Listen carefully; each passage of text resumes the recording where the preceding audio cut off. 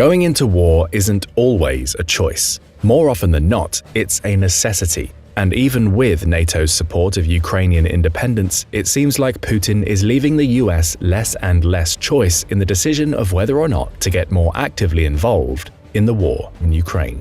But if the US had to suddenly engage in a full-scale war against Russia, how would it fare? What plans is it making for such an eventuality?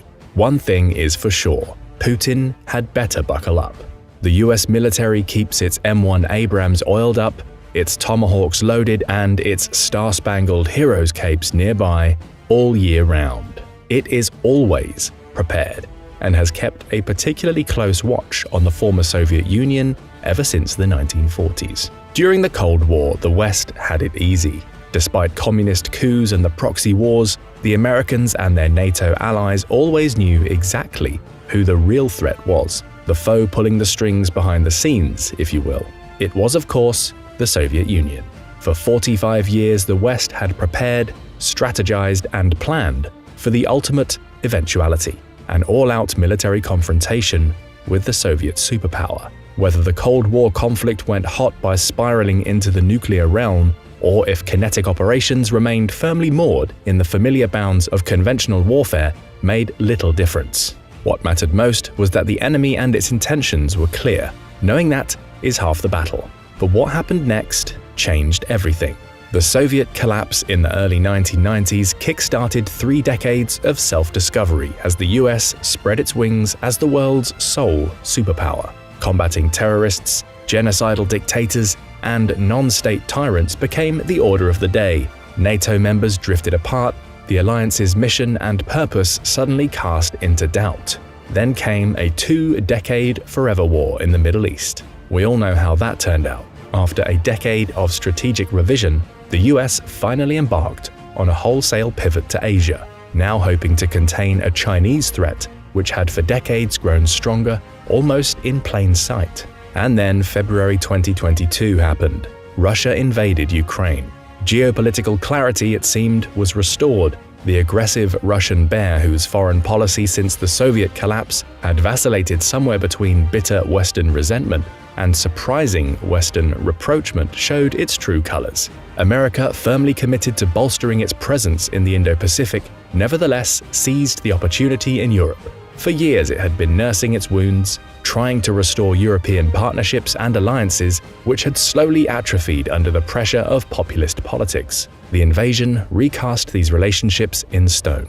Everyone in the Western world suddenly saw the reflection of their own histories in Ukraine's existential fight for its independence. The US and its Western allies pledged collective action: sanctions, hybrid warfare, material donations, refugee support, and military training. Everything short of entering the fight themselves.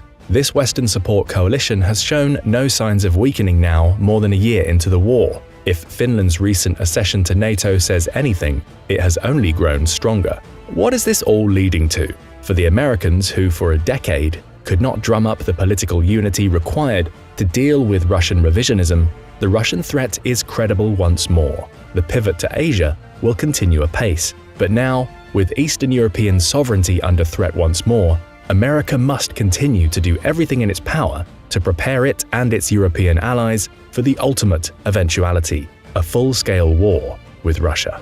We know you're probably laughing right about now. War with Russia, you're saying.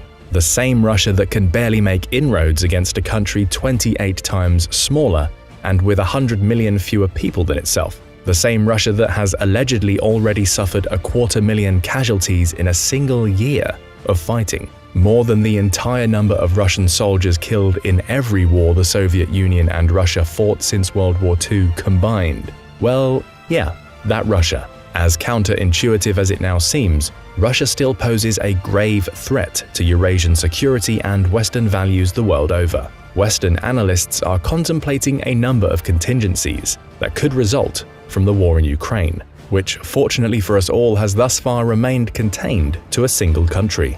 The major one is the potentiality that Russia and its fuming dictator, Vladimir Putin, finally recognizing the futility of winning a long-term victory in Ukraine, go absolutely rogue. Russia has all but burned its remaining capital with the West. Politically, Putin is a global pariah. Economically, Russia has been cut off from Western markets. Its once profitable natural gas left with virtually nowhere to go. Sanctions continue to cut into its ability to supply its military and civilian population with the specialized industrial and technological parts it needs to function effectively. Militarily, there's little evidence the latest round of mobilization will provide the tactical momentum Russia needs to win over the long term. Rather, it's more likely that untrained Russian conscripts or mobiks will continue to be fed into the meat grinder to little effect. Will Putin back down? You can almost guarantee he won't. He's already raised the stakes too high. His people, his propagandists at least, expect too much of him. He's paranoid. He must deliver on his promises. The Ukrainians, as long as they live and breathe, will never accept the Russian occupation on any scale. As a final recourse, Putin still has his nuclear umbrella, something he knows the West won't gamble on. From our vantage point today, it seems as though Putin's Russia, if it continues its present course, will almost have to go rogue. It won't end the war with a negotiated settlement unless something drastic changes, but as attrition whittles down its once vaunted military power, it will be forced to engage in its antebellum tactics, only far more aggressively. It will rely on asymmetric warfare and hybrid operations to destabilize the West. It will increasingly act like a global version of its now closest remaining ally of consequence, Iran, completely decoupled from the international community, pursuing a revanchist foreign policy using drones, proxy wars, missile strikes, espionage, and more, all while using its nuclear umbrella to deter Western retaliation. Nuclear threats will continue to grow in intensity. Cyber operations will increase in kind. Putin will target vulnerable pipelines and transoceanic fiber optic cables. Russia will continue to fund and sponsor disinformation and misinformation campaigns. Russian bots named Peter and Frank will enter your feeds at election times in the hopes of trolling you into voting for their candidate of choice. The bloodletting in Ukraine will continue. The threat of escalation will remain omnipresent. And that isn't good, because as one think tank put it, a rogue Russia still represents a geopolitical crisis of the highest order. It's a threat to global security, Western political systems, the cybersphere, space, and food security, not to mention every Ukrainian civilian. Let's be clear, Ukraine has blunted, if not outright neutered, Russia's conventional military power over the past year. That feat alone is remarkable. But this war won't end anytime soon. Russia remains a dangerous foe, and elsewhere, especially outside Ukraine, the bear can still bite. Make no mistake. So where, outside Ukraine, could the US see itself fighting Russia, and how would it do so? One of the geopolitical hotspots for a possible confrontation between Russia and the US is in a random chunk of territory wedged between Lithuania and Poland, known as the Kaliningrad exclave. This sparsely populated patch of land is Russia's gateway to the Baltic, a heavily defended former German port city ceded to the Soviets in the aftermath of World War II. Kaliningrad's geography is tricky. The port is literally surrounded by NATO countries. Strategically, it's an A2AD, or anti-access area denial nightmare for NATO, home to thousands of Russian forces, advanced fighter jets, and nuclear-capable Iskander-M missiles. The exclave is connected to Belarus by a narrow 40-mile land bridge known as the Suwalki Gap, which itself cuts into the only two highways and lone railroad connecting Poland to NATO's exposed Baltic states. Since NATO assets cannot traverse the Suwalki Gap without coming under the guns of Russia's military in Kaliningrad, the wide-open rural region is a crucial choke point that Russia would almost certainly exploit if it ever sought to cut off the Baltics from NATO. Finland's accession to NATO has caused tensions in this region to flare once more.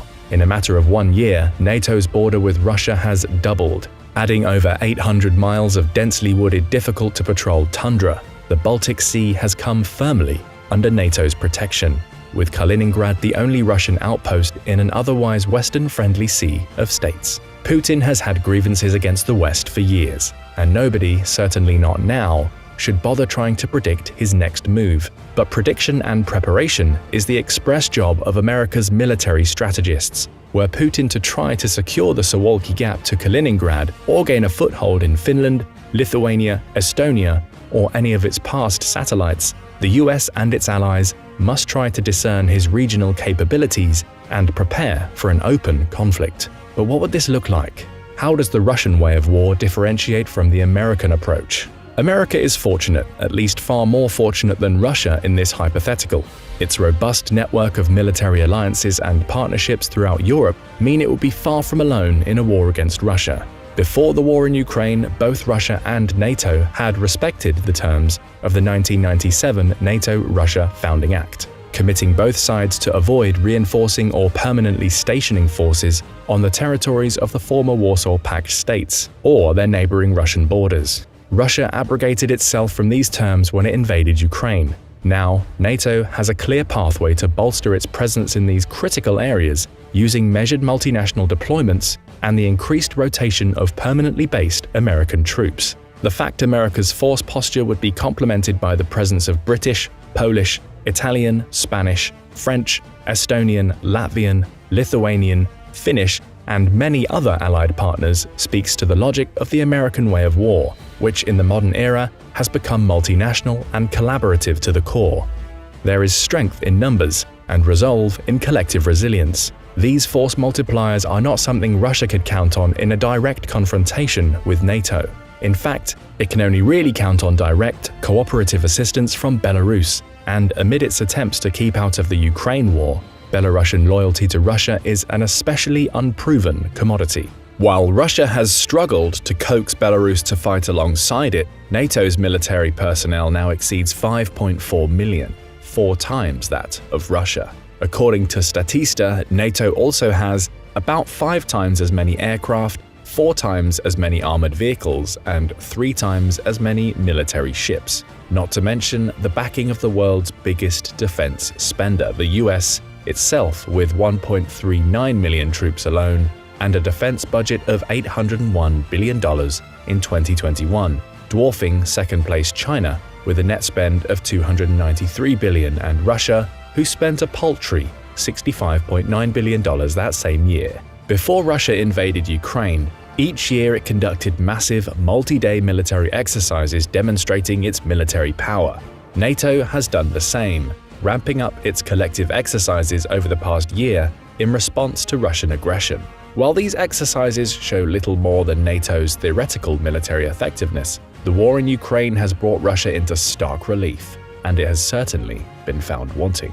Russia is in the midst of a new military reform, something its Ministry of Defense announced at the end of 2022. Most see this as little more than a haphazard attempt to patch a sinking ship.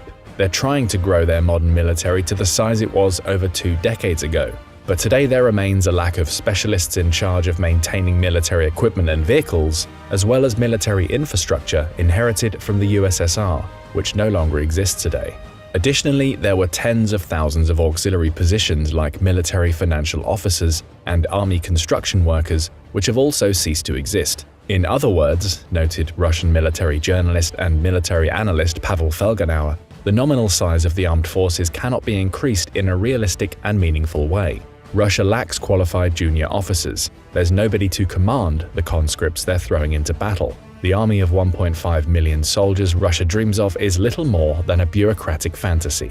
Still, Russia is frantically trying to restore its depleted forces to the numbers it boasted prior to the invasion of Ukraine.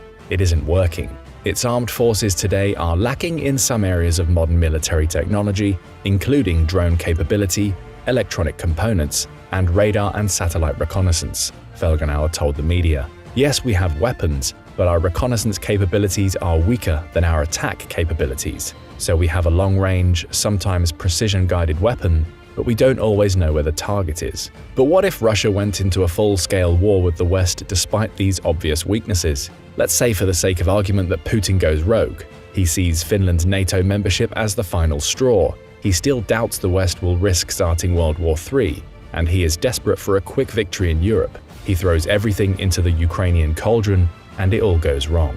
Armed with Western tanks and eventually aircraft, Ukraine mounts a series of counteroffensives that all but push back Russia to its own borders. Decisively defeated on the battlefield, the enemies of Lukashenko's pro-Russian faction in Belarus stage a coup and oust the leader from power. In the cascading crisis, weathered Belarusian volunteers, which for years had fought in Ukraine, return home and help throw the Russians out of their homeland. Belarus thus switched sides, leaving the Russian garrison at Kaliningrad entirely surrounded by enemy forces. The Suwalki Gap is no longer a concern for the West, but it is for Russia. Over time, Poland, Lithuania, and other NATO countries pressure the Russian garrison to demilitarize. Morale sinks. They are at the whims of NATO naval forces in the Baltic, Swedish missiles on the neighboring island of Gotland, and all but blocked from their homeland. Putin decides the time is ripe to present NATO with a sort of final act. He invades Belarus and, hoping to regain a foothold in Eastern Europe, Putin decides to test NATO's resolve, launching an attack on the Suwalki Gap and small villages along the Estonian, Latvian, and Lithuanian borders. He uses Kaliningrad's Iskander missiles and naval missile corvettes to cover his advance. With the bulk of its reserve forces in Poland and Finland, Putin's forces overwhelm the unprepared NATO multinational garrison in Estonia, which is briefly forced into retreat. Russia immediately begins reinforcing its positions, bracing for the inevitable counterattack as NATO triggers Article 5. NATO's tripwire strategy to place small forward presence battalion-sized deployments in the Baltic to absorb a Russian invasion while it rushed its reserves to the front could not prevent Estonia from coming under Russian control.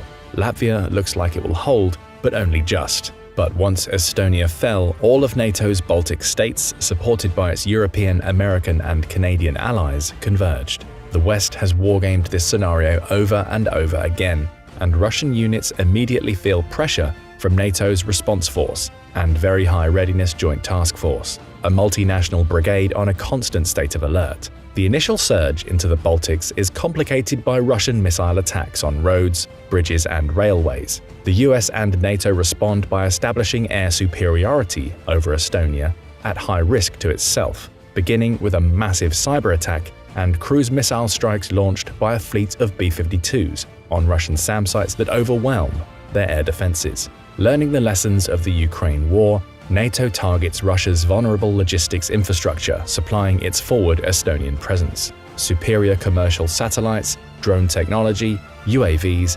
electromagnetic capabilities, and next-generation precision-guided munitions fired by interoperable F-35 fighters enable NATO forces to target railway hubs supplying Putin's war in a way the Ukrainians never could. Once Russia gave up their air to NATO and the US, it was essentially game over. Kaliningrad, isolated and completely surrounded, capitulates in a matter of days. NATO continues to pour manpower and material into Estonia at a rate unmatched by Russia. Its theater assets are better maintained. It has higher morale, reinforced by a clear sense of mission. It suffers fewer casualties, a result of superior airlift capabilities and hospital facilities. It engages in full-spectrum multi-domain operations, or the simultaneous attack from sea, air, land, and cyberspace, unleashing a single symphony of violence to break down advanced defenses. It has been trained for years. Through it all, NATO member countries shoulder a fair share of the burden, thus proving the NATO concept. Russian morale breaks under a withering, round-the-clock assault. The war is over in a matter of weeks. Russian forces beat a hasty retreat to Moscow, and Putin's world comes crashing down as his people, fired up after years of disappointment, global isolation, bloodshed, and military setbacks, finally turn on him. Sure, it's all hypothetical, and yes, it's fair to claim that the West has struggled against forces far weaker than the conventional peers they would face in the Baltics over the past few decades. A fair criticism, but one equally applicable to nearly every country immersed in counterinsurgencies and irregular warfare. It's hard to believe that Russia could ever succeed in an out-and-out military confrontation against the West all on its own. If the West applies the full weight of its collective military capabilities on a clearly defined enemy, the outcome for Putin would be very, very bad indeed. His only recourse, again, would be to threaten the world with nuclear destruction. Would he really go that far? What do you think? Let us know in the comments, and don't forget to subscribe for more military analysis from military experts.